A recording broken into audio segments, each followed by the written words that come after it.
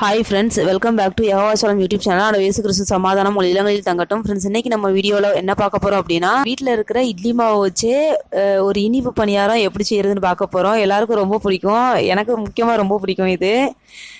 அதுவும் இன்னும் ரொம்ப ஸ்பெஷல் என்னதுன்னா, இது எங்கள் அம்மா செய்கிறது, அதனால எனக்கு ரொம்ப பிடிக்கும்.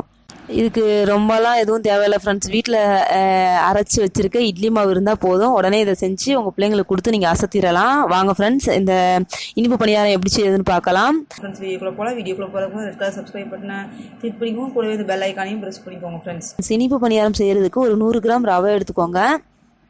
மண்டை வெல்லம் 1/4 கிலோ எடுத்துக்கோங்க. எங்களுக்கு ரொம்ப இனிப்பு தேவை, அதனால் நான் 1/4 கிலோ போட்டிருக்கேன். உங்களுக்கு இனிப்பு கம்மியாக வேணும்னா கம்மியாக போட்டுக்கோங்க. மண்டை வெல்லத்தை நல்லா நுணுக்கி எடுத்து வச்சுக்கோங்க.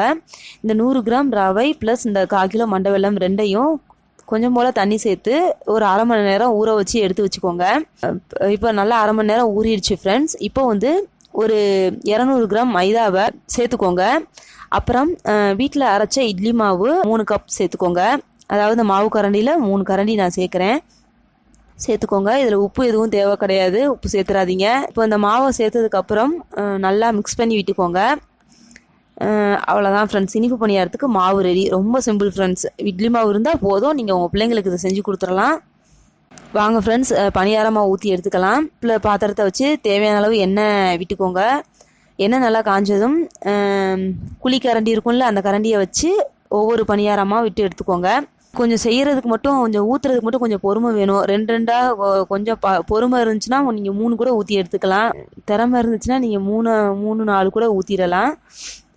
நான்ஸ்டிக் பேனாக இருந்தால் ரொம்ப ஈஸி ஃப்ரெண்ட்ஸ். அதுலனா ஒரு 4-5 ஊற்றிக்கலாம், ஒன்றோடு ஒன்று ஒட்டாது அதில். ஸோ இப்படி ஒவ்வொரு பணியாரமாக ஊற்றி எடுத்துக்கலாம் ஃப்ரெண்ட்ஸ். அவ்வளோதான் ஃப்ரெண்ட்ஸ், இனிப்பு பணியாரம் ரெடி ஃப்ரெண்ட்ஸ்.